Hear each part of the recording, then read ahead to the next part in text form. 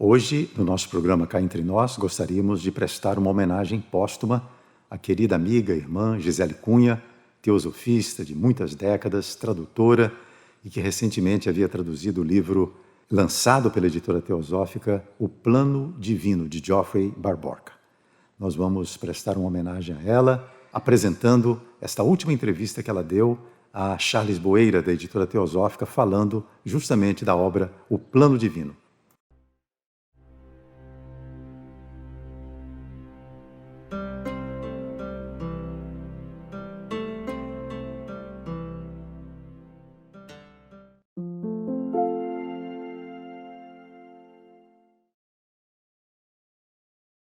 Olá, buscadores! Estamos iniciando mais uma edição do programa Leituras para Viver Melhor, programa produzido em parceria da editora teosófica com a TV Suprem. TV Suprem, que é o canal de comunicação da União Planetária, canal 2 da NET em Brasília. E se você estiver acompanhando pelo YouTube ou pelo nosso podcast na Spotify, não deixe de nos seguir, curtir o vídeo, deixar seu comentário, que assim você nos auxilia a produzir cada vez mais conteúdo de qualidade para todos vocês. E hoje nós iremos conversar um pouquinho com a Gisele Cunha. Tudo bem, Gisele? Seja bem-vinda. Obrigada. A Gisele, ela se disponibilizou, né, a conversar um pouquinho conosco sobre um livro que, inclusive, ela que traduziu. Já falaremos daqui a pouquinho qual que é o livro, vamos falar sobre ele. Ela é membro da Sociedade Teosófica há bastante tempo, desde 1989. Ela é advogada, professora e tradutora. E o livro escolhido de sua tradução aqui no Brasil, né, se chama O Plano Divino, de autoria do Geoffrey A. Barboca, com o subtítulo Um Estudo sobre a Doutrina Secreta. A Doutrina Secreta, que é a obra magna da Helena Blavatsky, né, sua obra mais conhecida, mais volumosa, e que muitos consideram, inclusive eu, considero, né, uma obra que não é tão fácil assim o seu estudo, justamente por ser volumosa, tratar de muitos assuntos, né, foi escrita no século XIX, faz referência a muitas tradições, então é uma obra bastante complexa, aqui no Brasil publicado em 6 volumes pela editora Pensamento. E o Barboca, ele é um teosofista lá dos primórdios, né, um grande estudioso, alguns consideram ele um grande erudito da literatura de Blavatsky, e ele traz nesse livro uma sistematização de vários assuntos tratados na doutrina secreta. É mais ou menos isso, Gisele. Fala um pouquinho para nós, você que teve um contato muito maior com o livro, né? Fala um pouquinho para nós da abordagem do autor e o teor da obra e como ela pode auxiliar os estudantes da literatura de Blavatsky, de teosofia no geral. É isso mesmo, isso que você falou. O livro é um estudo sistemático da doutrina secreta, né? Como você bem mencionou, o Barboca, ele foi um grande estudioso da doutrina secreta e ele criou seu método próprio, né, de cruzar referências e de estudar a doutrina secreta por assuntos. Então, ele pegava, assim, por exemplo, a doutrina setenária, a doutrina das rondas, doutrina da evolução, etc. Não lembro direito o título, mas mais ou menos isso. E ele buscava, dentro dos 6 volumes, né, no caso aqui da nossa edição, da doutrina secreta, as referências a esse determinado assunto, né? E ele foi convidado pela seção americana a fazer uma palestra sobre a doutrina secreta e mostrar suas anotações, seus estudos, e as pessoas ficaram fascinadas, porque perceberam que seria uma grande ferramenta para quem quer estudar a doutrina secreta e se sente um pouco intimidado, né, diante da tarefa. E ele fez as palestras e aí falaram assim, olha, isso é maravilhoso, você precisa colocar isso para o público, né, em livro. E aí ele começou essa obra maravilhosa, né, de esquematizar o estudo. Então, quando você começa a ler o livro, você vê um capítulo, quando você vai ver as notas de referência, você vai ver assim, ó, volume 1, volume 6, volume 4, vários volumes que ele vai pegando. Então, e ele até falou que o esforço grande dele, que a esposa ajudou, foi justamente encontrar essas referências, né? Então, por exemplo, está falando da lei setenária, ou dos 7 corpos, né? Onde é que tem isso? Ah, tem aqui, tem aqui, tem aqui. Então, trabalho, né? Foi um esforço grandioso. E eu acredito que, para quem ainda não leu, ou mesmo quem já leu a Doutrina Secreta, ele é de grande valia por causa disso. Ele dá um panorama diferente. Ele até, na introdução, o Geoffrey fala que a doutrina secreta ela foi elaborada numa visão mais platônica do que aristotélica, né? Ou seja, do todo para o particular. Então, ele segue esse caminho. Então, para ele chegar até os 7 corpos do homem, ele passa pelos 7 planos, as 7 raças, e etc, etc, etc, até chegar no homem. E mesmo do homem, ele começa o estudo do Atman para o corpo físico, quando muita gente faz o estudo do físico para o Atman, né? E eu sei, só posso recomendar. Para mim, foi fabuloso, né? Ainda mais que eu fiz a tradução, então eu tive que me aprofundar muito. Eu tinha que... Porque ele fazia as referências, né, no original, e, às vezes, na minha edição era diferente, então eu também tinha que buscar as referências. Então, foi um estudo, assim, fabuloso. Para mim, foi... Eu já tinha lido a Doutrina Secreta umas 2 vezes, poder adquirir pelo menos um pouquinho do conhecimento que está ali, né? E eu acho que o plano divino, junto com a chave da teosofia, são ótimos para quem quer entender a Doutrina Secreta, né? Que a chave para a teosofia responde muita coisa, né? Muitas dúvidas, e esse daqui dá um direcionamento. O que eu acho interessante é que ele dá um direcionamento. Então, com as referências, o estudante não entendeu direito, ele pode ir na Doutrina Secreta e aprofundar mais o estudo. Acho que é mais ou menos por aí. Maravilha, com certeza, né? Como você disse, né? Eu li a Doutrina Secreta 2 vezes, né? É que realmente são livros, principalmente a Doutrina Secreta, pelo seu volume, né? É uma obra muito volumosa. E como isso, ela fala de muitos assuntos diferentes, inclusive. Um pouco da minha dificuldade quando eu estudei, né? As diversas vezes, né, que eu estudei, justamente isso. Às vezes está falando de um assunto e daqui a pouco já muda para um outro assunto, né?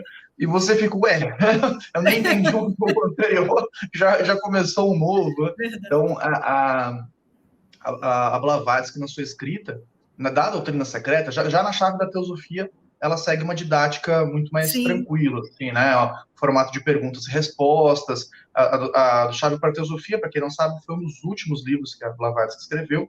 Então, ela escreveu justamente para explicar tudo que veio antes. Então, é mais sistematizado. A doutrina, inclusive, ela diz que é meio proposital, isso ela dá a entender em alguns textos que é meio proposital, que, assim, não é muito didático, e, segundo ela, né, um dos primeiros objetivos da obra seria justamente desconstruir os nossos padrões de entendimento, né, nossos padrões mentais. Então, e realmente faz isso, né, porque vai quebrando, assim, você se perde, né, você tem que refazer a estrutura do seu entendimento, senão você não consegue acompanhar. Também porque tem muita referência, diferente da Isis Sem Véu, né? Isis Sem Véu é uma obra, também uma grande obra de Blavatsky, em 4 volumes na língua portuguesa. A Blavatsky faz mais referência às tradições do Ocidente, né? Fala muito do cristianismo e tal. Já na doutrina, ela é muito orientalista, então tem muita referência aos Vedas, e que são informações novas para nós, né? Para nós ocidentais, assim, se de repente para um indiano fica muito mais fácil. A pessoa já está, mesmo que ela não seja um estudante, ela está familiarizada com alguns conceitos. Para nós não, é tudo novo, né? É tudo um mundo a ser descoberto. Eu tive contato com o livro, Gisele, agora você falando, né, que a sua primeira tradução do livro foi há 20 anos atrás. né? Você me comentou antes do programa, antes de iniciar a gravação. Eu tive contato com esse livro de uma versão que o Fernando Mansur imprimiu na época, bem improvisada. Acredito que fosse sua tradução, né? Fernando Mansur também era do Rio de Janeiro, né? Isso. O que acontece, né? Aqui vale até um reconhecimento e um agradecimento ao falecido professor Dr. José Moreira. Ele era presidente da loja Pitágoras aqui no Rio, e além de incentivar o nosso estudo, ele pegou assim, algumas pessoas que tinham um bom conhecimento de língua estrangeira, não só inglês, mas espanhol, francês, etc., para traduzir alguns volumes que nós não tínhamos acesso aqui. E você vê, na década de 80, eu acho que não tinha nem editora teosófica. Editora teosófica é de quando? Eu não me lembro. Não tinha editora teosófica começou na década de 90. Então antes a gente não tinha o acesso a alguns volumes. Então, às vezes, alguns membros da loja viajavam, traziam os livros, etc., e nós começamos a fazer traduções para o estudo particular do grupo, né? Daí que você deve ter conseguido esse material através do Fernando, porque a intenção nesse primeiro momento, quando eu traduzia 20 anos atrás, foi disponibilizar para as outras pessoas que não têm conhecimento da língua, né, um trabalho como esse. E, através dos anos, várias revisões nós fizemos, né? Foi através até do Mansur, né? O Fernando Mansur se empenhou muito nisso, é que vai um agradecimento e um reconhecimento a ele também e às outras pessoas envolvidas, que outras pessoas fizeram revisão, tem revisão do português, né? Esses últimos detalhes, né, de uma tradução. E o esforço para levar até a editora teosófica para disponibilizar isso ao público, né? Então é isso, foi um trabalho assim doméstico, digamos assim, não havia uma intenção naquela época de publicação, até porque não tinha editora ainda. E aí agora, finalmente, conseguimos levar isso ao público, né? Graças ao esforço de todos. Esse é o programa Leituras para Viver Melhor. Hoje estamos conversando com a Gisele Cunha sobre o livro O Plano Divino, um estudo sobre a doutrina secreta, de autoria do Geoffrey Barboca e publicado no Brasil pela editora Teosófica. Nós vamos para um rápido intervalo e voltamos daqui a pouco. Até já.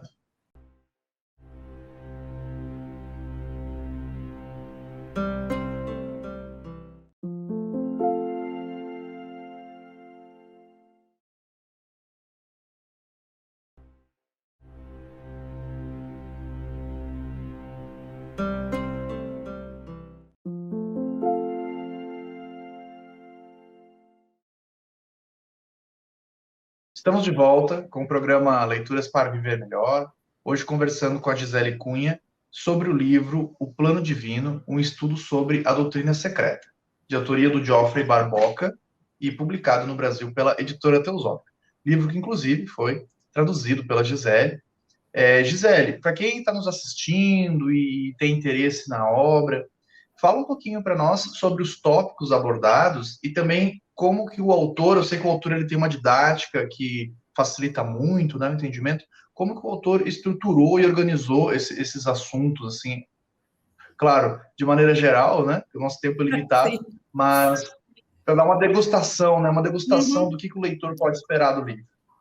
Ok, então, vou pegar a colinha aqui do livro, tá? Então, ele dividiu os capítulos em doutrinas. E cada doutrina ele associou a uma lei fundamental. Então, digamos assim, o primeiro capítulo é a doutrina da constante renovação. Ele associa a lei da periodicidade, tá? Eu vou até ler aqui, ó. Ela é demonstrada através do axioma de que para cada período de atividade existe um consequente intervalo de repouso. Noite, dia, inverno, verão, né? Então, é a constante renovação associada à lei da periodicidade. Eu acho que aí fica bem claro como é que foi esquematizado. Aí, dentro desse capítulo, tem vários tópicos, né, em relação à mônada, em relação à reencarnação, tudo que está ligado à lei de periodicidade. Aí, no capítulo 2, o equilíbrio e a harmonia, que é a lei do ajuste, karma, né? Não precisa nem falar mais sobre isso. E ele vai assim, a doutrina das hierarquias. Aí ele associa a lei da unidade essencial, ou seja, uma unidade essencial manifestada em várias formas. Então, ele fala das hierarquias, né, das hierarquias superiores, do homem, etc. E assim por diante, né? Tem a doutrina da identidade essencial, que aí a lei associada à lei do autodesenvolvimento, tem a doutrina da mudança contínua, que é a lei do movimento, e assim ele vai associando cada doutrina encontrada dentro do trabalho da senhora Blavatsky, que é uma lei, e aí ele vai desdobrando os vários tópicos ali dentro. Né? Mas a partir do momento que se entende que existe essa esquematização, fica mais fácil de entender como é que isso está relacionado com a gente, né? Porque, vamos lá, né? A preocupação principal nossa é sempre conosco. Nós queremos saber quem eu sou, o que é isso, o que acontece comigo, né? O que vai acontecer depois da morte? O que reencarna? Como é que reencarna? Então, a partir do momento que se entende que se absorve essa noção da periodicidade, dos vários planos, da lei setenária, do desenvolvimento humano, quando chega no ser humano, você, né, dá uma compreensão maior. Né? Daí, o interessante desse estudo é isso, né? Partir do universal para o particular. Ele faz uma abordagem assim que vai te encaminhando para essa compreensão, mesmo que o assunto possa parecer difícil no primeiro momento, mas à medida que ele vai desdobrando, né, e vai puxando um pouco mais para a nossa realidade, fica mais fácil de compreender. Ah, maravilha. Realmente são muitos assuntos, né? Acho que um pouco também da complexidade do tema, dos temas abordados pelo Blavatsky também, porque ela fala de muitos assuntos, né? Então, você acaba, pelo volume também, sendo bastante um estudo extenso, em alguns momentos exaustivo, e assim por diante. É um estudo que a gente vai conduzindo, vai digerindo aí ao longo de uma vida, ou para quem acredita, né? Vidas. Para quem tem uma visão reencarnacionista, né? Até para várias vidas. Aí. Gisele, acho que um tema que desperta a curiosidade de muita gente seria a questão das hierarquias, né? Então, em várias tradições religiosas, a gente ouve falar sobre seres de outros níveis de evolução, né? No cristianismo você tem os anjos, na tradição hindu você tem os devas, né? As tradições africanas você tem os orixás, enfim, você ouve falar nesses seres. Né? Pois é, de seres de outros. Como que a Blavatsky, como que o Barboca apresenta essa questão? Se você conseguisse dar um resuminho para nós, assim, mais ou menos, que coubesse dentro do tempo. Então, a questão da hierarquia, isso é uma compreensão minha, tá? Do que eu estudei da doutrina secreta e do livro do Barboca. Ela é complexa porque, além do que você falou, né, das várias religiões e várias tradições orientais, ocidentais, no livro, na doutrina secreta e no livro do Barboca, por consequência, entra muito do simbolismo, que é algo que também complica no estudo, porque fica uma coisa muito subjetiva. Então, eles mostram as hierarquias, né? Faz uma esquematização, né? Mas, como você falou, ela mistura os assuntos. Então, ela está falando de arcanjo, está falando de Elohim, está falando dos devas, e aí pode dar uma complicação, né? Eu acredito que o bom entendimento nosso deve ser esse. Existe uma hierarquia e que nós estamos aqui na base da escada, estamos subindo os degrauzinhos e um dia vamos estar lá junto com os mestres, né? E E também existem hierarquias que não são nem mencionadas, como você falou, às vezes os assuntos são embaralhados, e a Blavatsky mencionou isso, até para não revelar, entregar tudo de bandeja para a gente.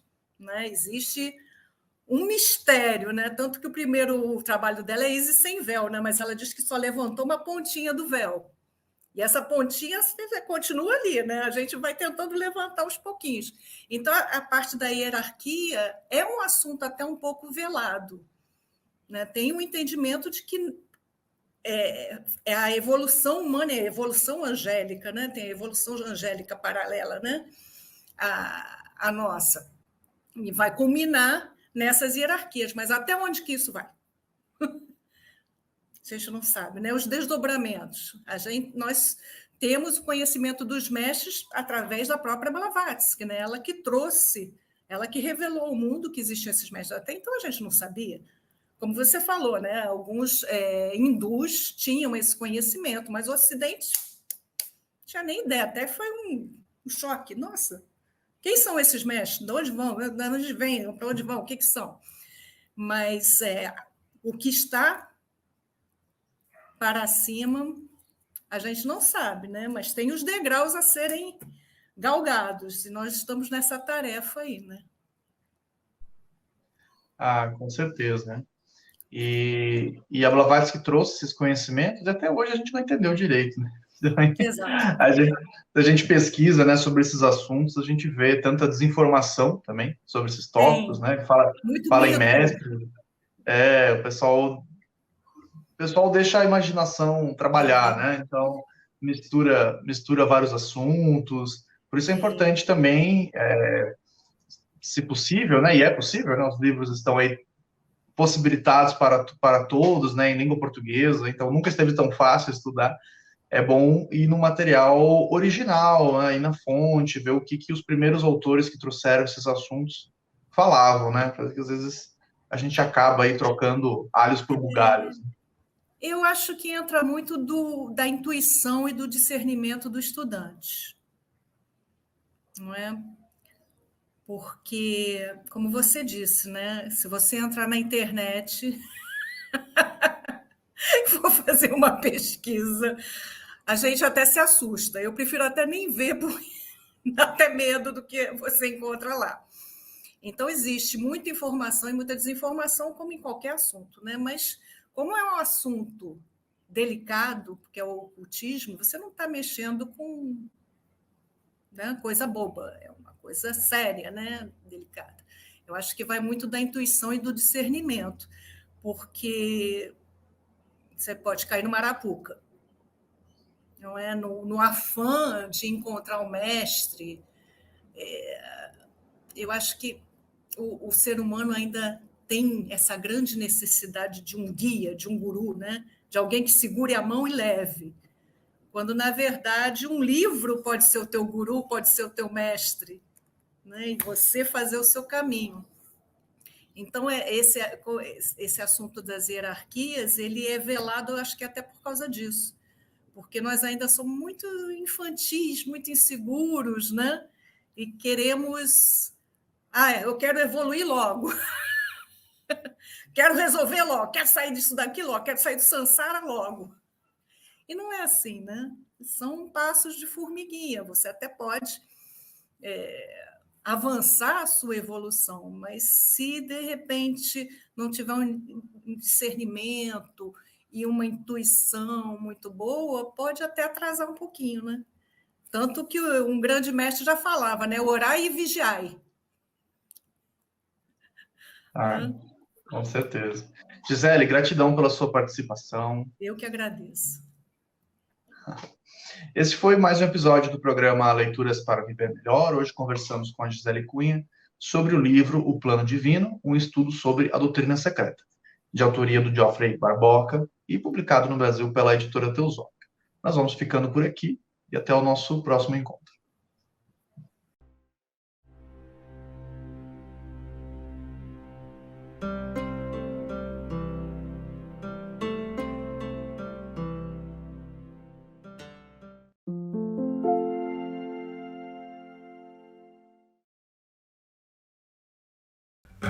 Porque na vida a gente quer se conhecer pra